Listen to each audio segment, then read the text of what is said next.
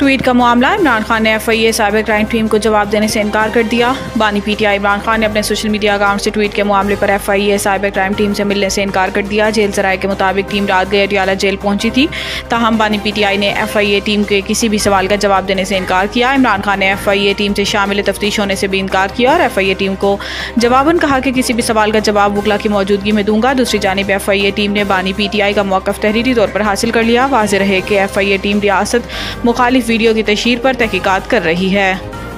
विफाक और सूबों का तरक्याती बजट 2709 अरब रुपए मुख्तस करने की तजवीज़। आइंदा बजट के लिए सालाना प्लान कोऑर्डिनेशन कमेटी का इजलास हुआ, जिसकी सदारत डिप्टी चेयरमैन मनसूबाबंदी कमीशन चाहजेब खान ने की।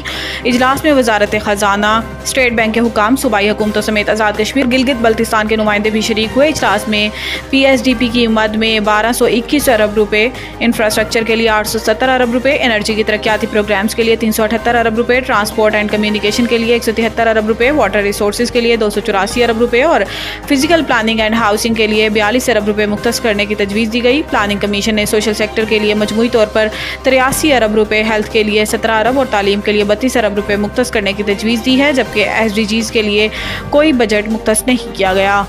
वज़ीर-ए-आज़म के खिलाफ तौहीन अदालत की दरखास्त काबिल समाअत होने पर विफाक से जवाब तलब। लाहौर हाई कोर्ट में वज़ीर-ए-आज़म शहबाज शरीफ की जानिब से जजेस को काली भेड़ें कहने पर तौहीन अदालत की दरखास्त की समाअत हुई। अदालत ने वज़ीर-ए-आज़म के खिलाफ तौहीन अदालत की दरखास्त काबिल समाअत होने से मुतल्लिक विफाकी हुकूमत से जवाब तलब कर लिया।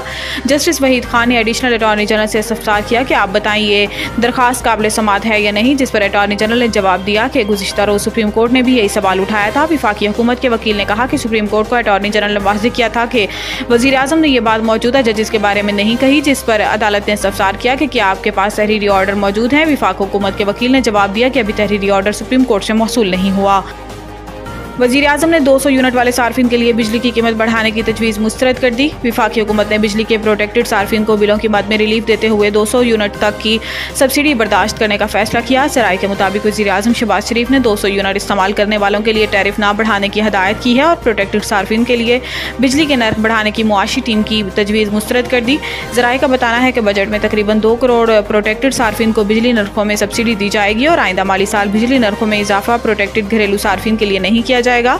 ज़राए के मुताबिक बड़े सार्फिन के लिए बिजली टैरिफ में इजाफा नए माली साल के पहले माह से होगा और प्रोटेक्टेड सार्फिन को रवां माली साल के इख्तिताम तक 160 अरब रुपए सब्सिडी दी जाएगी। नवीद टिक्का शॉप, मुंशी महल्ला चौक।